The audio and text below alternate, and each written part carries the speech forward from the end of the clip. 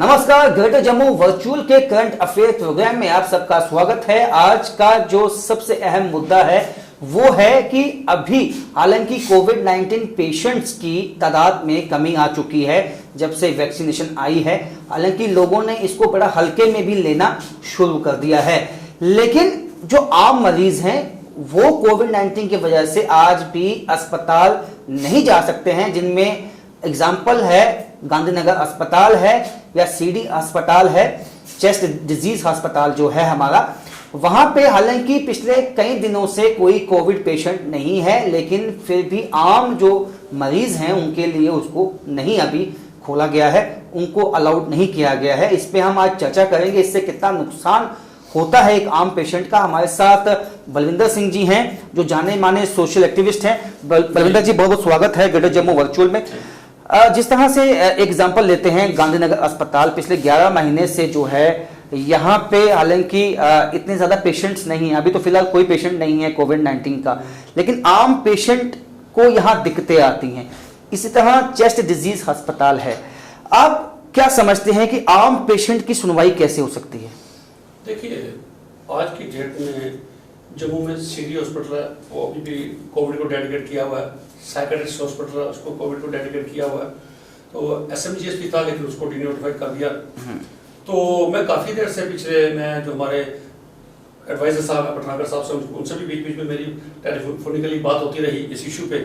पहले तो आज से 4-5 महीने पहले मैंने ये की थी कि मैं अपना पटनागर साहब, जो नॉन कोविड पेशेंट्स हैं वो कहीं ना कहीं सफर कर रहे हैं। ठीक है, इस कोविड के इस महामारी के दौर में कोविड पेशेंट्स की हमारी प्रायोरिटी है, लेकिन कम से कम इंसान की जान बड़ी कीमती है। जो नॉन कोविड पेशेंट्स हैं वो भी बहुत ज्यादा सफर कर रहे हैं। जी। तो मैंने कहा था जो गांधीनगर की ओपीडी है, जहाँ पर आप उसके 1000-1200 की करीब डेली यहाँ ओपीडी होती थी, तो उसको कम से कम स्टार्ट कीजिए, जहाँ ना कीजिए।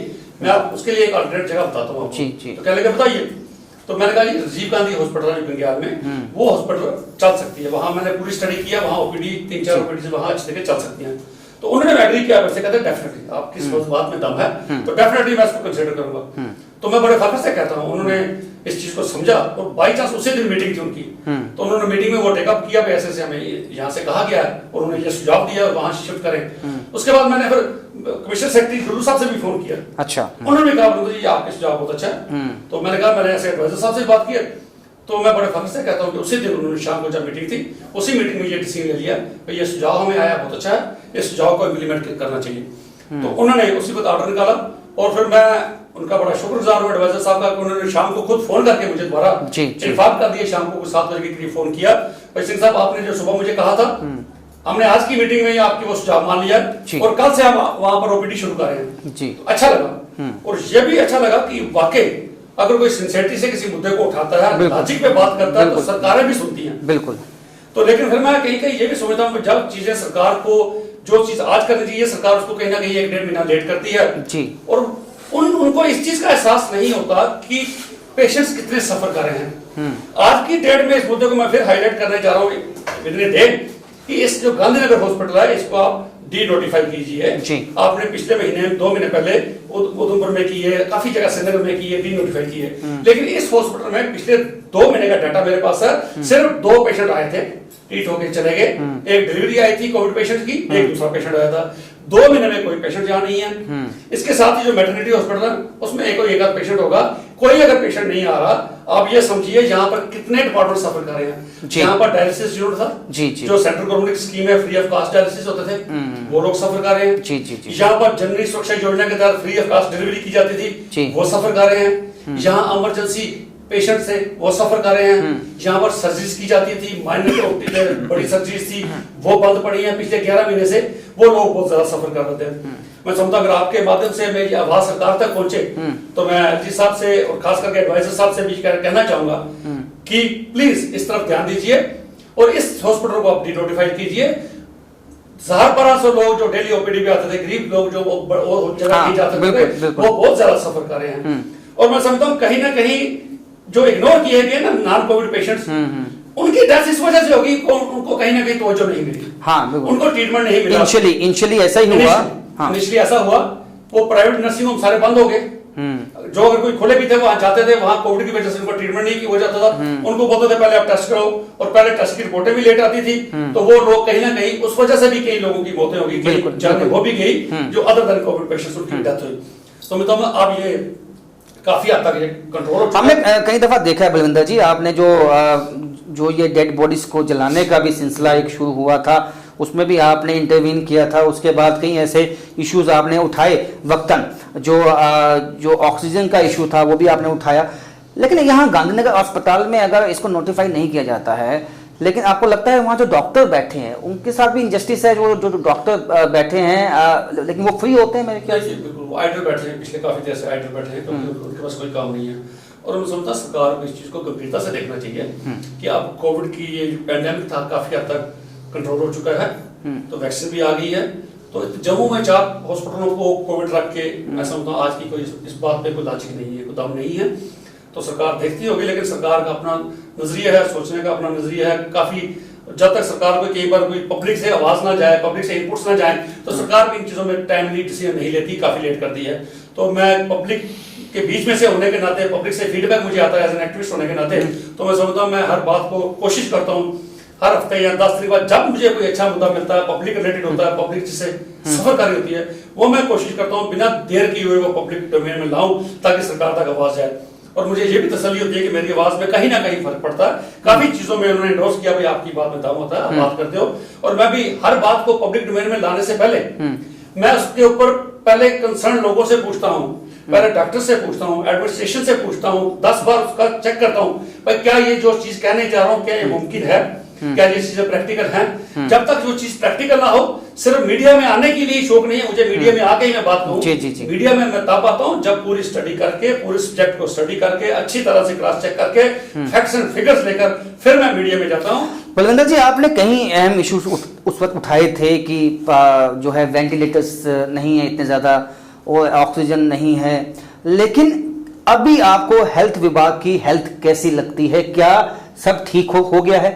क्या वैक्सीनेशन आने के बाद सब छुप गया है या सब ठीक हो चुका है? देखिए, जैसे आपने कहा वेंटिलेटर्स की बात की, हॉस्पिटल में एक आध चीज और बड़ी इंपॉर्टेंट इशू था।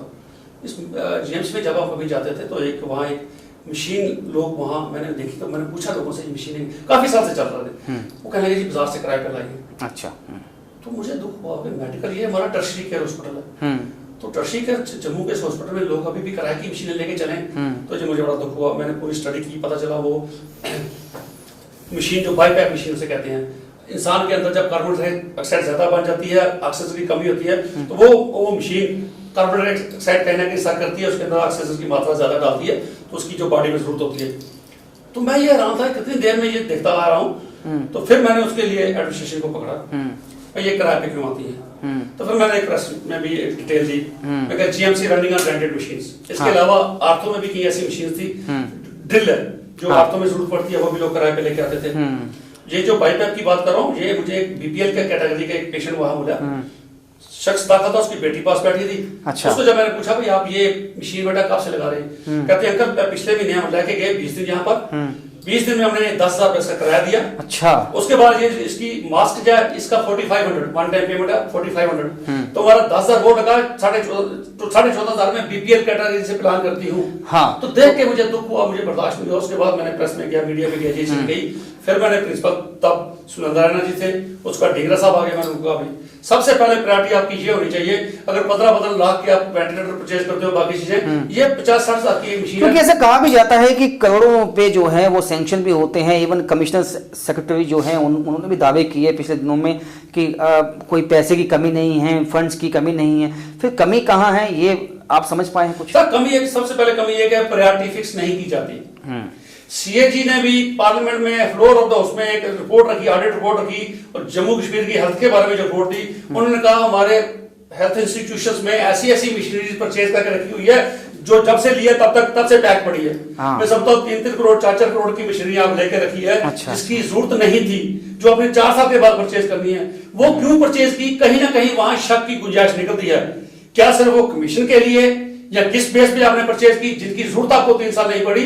और ये जो बाईबैक की मशीन कर रहा हूं, जो पेशेंट किराए पे लेके आते हैं, इसकी आपको प्रायोरिटी नहीं लगी, वो मशीन प्रायोरिटी पे लगी, या तो जिसमें आपका कोई शेयर उसमें मिलता है, आपको उसमें कमीशन मिलती है, तब ये प्रायोरिटी अगर मेरे जैसा एक लेमैन जाके हॉस्पिटल में देख सकता है भाई प्रॉब्लम क्या है, बिल्कुल बिल्कुल, तो वो चीजें आप क्यों नहीं देख सकते? जो लोग 24 घंटे वहां रहते हैं, जिनकी ड्यूटी है, जो डॉक्टर्स हैं, पैरामेडिकल स्टाफ सुपरडेंट है, डिप्टी सुपरडेंट है, असिस्टेंट सुपरडेंट है, प्रिंसिपल होते हैं, क्या उन लोगों को ये प्रॉब्लम जो मुझे मशीन देखी किराए पे, क्या उनको नहीं पता? जब मैंने टेकअप किया मैटर, उसके बाद उन्होंने 3 मशीनें ली, 3 भी कम थी। फिर मैं नई प्रिंसिपल के पास गया, मैंने कहा जी मैं यहाँ पर धरने पे बैठूंगा, मैं पुख्ता रखूंगा, इन मशीनों को करे।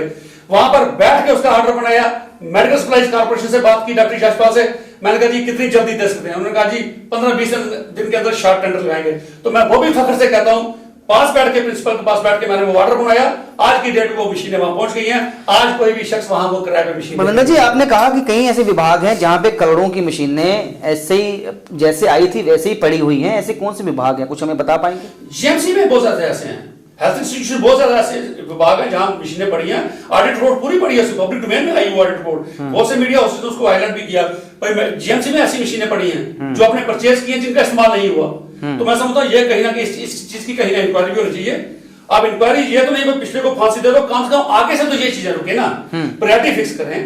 भाई पब्लिक की बेटरमेंट के लिए क्या चीजें चाहिए, हॉस्पिटल को स्ट्रेंथन करने के लिए क्या चीजें चाहिए, आप वो परचेज कीजिए। वो परचेज मत कीजिए जिससे आपका कोई मॉनेटरी बेनिफिट होता है। बलविंदर जी, ऐसी कई बार शिकायतें आती हैं कि जीएमसी के अंदर एक माफिया ऑपरेट करता है, जो अपने हिसाब से चीजों को बदलता है, करता है। आपने भी जीएमसी को नजदीक से देखा है, आपको लगता है ऐसा कुछ है वहां? देखिए बिल्कुल मैं समझता हूं, मैं कहूंगा सब डॉक्टर्स नहीं, अच्छे डॉक्टर भी बहुत हैं जो जनता की सेवा करना चाहते हैं, वो टाइमली ऑपरेशन करते हैं, लंबी डेटे नहीं देते, वो भी हैं। लेकिन कुछ डॉक्टर ऐसे भी हैं जिन्होंने अपनी वहां एम्बुलेंसेज रख ली है। अच्छा, एम्बुलेंसेज उन्होंने अपने दोस्त यार के नाम पे, किसी रिश्तेदार के नाम पे उन्होंने अपनी एम्बुलेंस वहां रखी है। और मैंने ये भी मुझे पता चला कि अमृतसर से, पंजाब से, लुधियाना से, वहां पर जो उनके हॉस्पिटल के मालिक है, मैनेजमेंट यहाँ पर जम्मू आती है, इन डॉक्टर्स के साथ बड़े बड़े होटलों में मीटिंग्स होती हैं, तो उनके साथ रेट फिक्स किए जाते हैं। अच्छा भाई अगर यहाँ से आप भेजोगे, ये प्रोसीजर होगा, हम आपको इतना देंगे, इस प्रोसीजर के लिए आपको इतना देंगे। अच्छा। मैं कहता हूँ अगर ऐसी बात नहीं है, मुझे बताइए, जम्मू हॉस्पिटल में सरकार तो क्लेम करती है कि हमारा हेल्थ सिनेरियो बहुत अच्छा है, हमारे पास बहुत हर चीज बहुत ज्यादा है, तो फिर ऐसा किया है। आप एक दिन, मैं कहता हूँ जनाब लखनपुर जाके बैठिए, 12 घंटे के लिए बैठिए, चाहे एक दिन पूरा 24 घंटे वहां रखिए, देखिए कितने यहाँ एम्बुलेंसेज जम्मू से पेशेंट्स को लेकर अमृतसर जाती हैं, ऑर्थो वाले सर्जरी के लिए डीएमसी में जाते हैं। ऐसा क्यों होता है? ये टर्शरी केयर हॉस्पिटल है। आज की डेट में हमारे पास सुपर स्पेशलिटी जहां है, अगर ये होने के बावजूद 90% पेशेंट हमारे जो अफोर्ड कर सकते हैं, जो बाकी यहाँ करवाते हैं, वो मैं कहता हूँ उनकी बदकिस्मती है, वो बाहर जाना अफोर्ड नहीं कर पाते, क्योंकि 20-20, 25-25 हजार रुपया यहाँ से एम्बुलेंस किराया लेती है, बहुत ज्यादा। हाँ। वो लोग जा नहीं सकते। और जो लोग आज की डेट में मैं कहता हूँ अफोर्ड कर सकते हैं, मिडिल क्लास लोग अफोर्ड कर सकते हैं, या कहीं ना कहीं से कर्जा उठा सकते हैं, वो लोग 90% यहाँ ट्रीटमेंट नहीं करवाते। वो डरते हैं भाई अगर हम इसमें जाएंगे जीएमसी से हम जिंदा वापस नहीं आएंगे। बिल्कुल, ये आज भी ये जरूरत है। इसको कई बार प्रिंसिपल के साथ बैठ के बात करता हूं कि लोगों में कॉन्फिडेंस रिस्टोर करने की बहुत सख्त जरूरत है, और ये तभी होगा। पीछे आपने कोरोना में भी देखा होगा, जो हमारे पॉलिटिशियन थे, जब उनको अगर कहीं कोरोना की कंप्लेंट हुई, वो नारायणा चले गए। बिल्कुल बिल्कुल। हमारे अगर प्रिंसिपल किसी को हुआ या डायरेक्टर हेल्थ को हुआ, वो नारायणा चले गए। आम लोगों को कैसे भरोसा होगा? बिल्कुल, आपने ये परफेक्ट है, यहाँ आपने ये मुद्दा उठाया था कि जो वीवीआईपी लोग हैं उनको आपने नारायणा शिफ्ट किया। क्या एक आम इंसान के पास हक नहीं है? क्या वो एक अच्छी जो है ट्रीटमेंट ले सके? ये सही बात है, वाजिब बात है, और उस ये खुल्लम खुल्ला हुआ। और उस पार्टी के भी लोग वहां पे गए जो ये पार्टी दम देती है, बाकियों से अलग है, असूलों पे चलते हैं, प्रिंसिपल से बात करते हैं, वो भी वहां गए। तो जब मैंने मीडिया में बहुत ज्यादा चीजें बातें उठाई, उसके बाद नारायण ने 10-15-20 बेड आम लोगों के लिए रखे। उन्होंने कहा जी हमारी बड़ी खुशियत हुई है पब्लिक में, उन्होंने 10-15 बेड रखे। लेकिन मेरा कहने का मतलब है, अगर आपकी एडमिनिस्ट्रेशन, डायरेक्टर हेल्थ को अगर अपने इस सिस्टम पे भरोसा नहीं है, तो लोगों जनता को आप कैसे कहेंगे भाई हमारा मेडिकल कॉलेज परफेक्ट है, आप यहाँ जाकर ट्रीटमेंट करिए? नहीं हो सकता। आप लोगों को अपना ट्रीटमेंट यहाँ कराना पड़ेगा। आप लोग बाहर मत जाइए। हमारे पॉलिटिशियन को चाहिए कि बाहर मत जाए, यहाँ पर ट्रीटमेंट कराएं। आज से कुछ देर पहले मैंने ये भी मुद्दा उठाया था, आरटीए में डाटा निकल के आया था कि हमारे पॉलिटिशियंस दांत लगाने के लिए भी जम्मू से बाहर जाते हैं। अच्छा। तो 1.5 लाख रुपए उन्होंने लगाया दांत को लगाने के। वो कहते जी जम्मू में किया था, गैंग्रीन होता है, इन्फेक्शन होती है दांत की। हाँ। उसके लिए हम उनको 1.5 लाख रुपए दे दिए, बाहर चले गए। अच्छा। किसी एक एमएलए की मदर की टांग में उसमें इम्प्लांट लगा था, उसको खोलने के लिए भी हमारे डॉक्टर कामयाब ये काबिल नहीं है, उसको भी बाहर जाने के लिए 50,000 दे दिया गया, भाई आप इम्प्लांट अमृतसर जाके खुलवा के आओ। अच्छा। तो मैं सुन के हैरान हुआ। फिर इसीलिए कहता हूं जब तक आप पार्टिशियन जहां ट्रीटमेंट नहीं करवाओगे हॉस्पिटल्स में, जब तक आप ब्यूरोक्रेट्स हमारी हेल्थ वाले जहां नहीं इसको समझोगे भाई ये ठीक है, लोगों में भरोसा नहीं आएगा, तब तक हमारे लोग बाहर जाते रहेंगे, वहां जाके इलाज कराएंगे, मेडिकल कॉलेज में जाएंगे। इसको स्ट्रेंथन करने की जरूरत है, लोगों का भरोसा जताने की जरूरत है। बहुत बहुत शुक्रिया बलविंदर जी, आपने बहुत ही अहम बातें बताई। तो जिस तरह से बलविंदर सिंह जी ने बताया कि हालांकि अभी जो कोविड-19 के चलते अब हालांकि पेशेंट की जो संख्या है वो कम हो चली है, लेकिन जो अस्पताल रखे गए थे कोविड-19 पेशेंट्स के लिए वो ज्यों के त्यों हैं, लेकिन उसमें जो बाकी विभाग हैं वो कहीं ना कहीं अभी बिल्कुल ही हम कहेंगे कि एक तरह से निरस्त हो चुके हैं। उनको वापस बहाल करना होगा ताकि आम जो पेशेंट हैं उनको मदद मिले, और जो अथॉरिटीज हैं उनको ये समझना होगा कि एक आम इंसान को जब सरकारी अस्पताल में सुविधा नहीं मिलेगी, जो बीपीएल के लोग हैं चाहे मिडिल क्लास के लोग हैं, जब उनको सुविधा नहीं मिलेगी तो वो उनके पास इतने वसाइल नहीं है, इतना पैसा नहीं होता है कि वो हर कोई बाहर जाके अपना ट्रीटमेंट करवा सके। तो इस पे गंभीरता से सोचना होगा। तो फिलहाल मेरे साथ इतना ही, देखते रहिए ग्रेटर जम्मू वर्चुअल।